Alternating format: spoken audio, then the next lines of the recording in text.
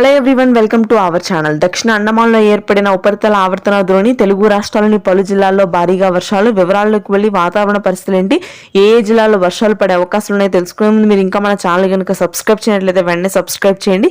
గత 2 రోజులుగా తెలుగు రాష్ట్రాల్లో మోస్తరు వర్షపాతం నమోదవుతుంది పలు భాగాల్లో. ముఖ్యంగా ఉత్తర తెలంగాణ భాగాల్లో అయితే భారీ వర్షపాతం కురిసింది. ఇవాళ రేపు కూడా వర్షాలు నమోదు కానున్నాయి. ఆదిలాబాద్, నిజామాబాద్, నల్గొండ, ఖమ్మం, భద్రాద్రి కొత్తగూడెం జిల్లాలో మోస్తరు నుంచి భారీ వర్షపాతం నమోదైంది.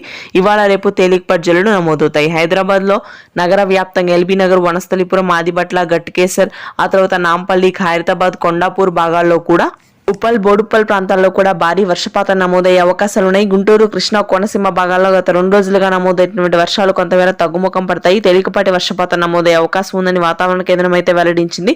ఉత్తరాంధ్ర జిల్లాలో పొడి వాతావరణం కొనసాగుతుంది. రాయలసీమ వ్యాప్తంగా పలు భాగాల్లో మోస్తరు నుంచి భారీ వర్షాలు కురుస్తాయి.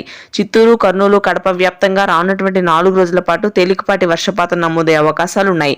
ఫిబ్రవరి తరువాత అంటే మార్చి మొదటి వారంలో ఉష్ణోగ్రతలు దాదాపుగా 35 నుంచి 40 డిగ్రీల వరకు చేరే అవకాశం ఉంది. ఈ సంవత్సరం ప్రతి సంవత్సరం కంటే అత్యధికంగా ఉష్ణోగ్రతలు నమోదవుతాయని ప్రజలందరూ అప్రమత్తతగా జాగ్రత్తగా ఉండాలని వాతావరణ కేంద్రం వెల్లడించింది. Thanks for watching this video.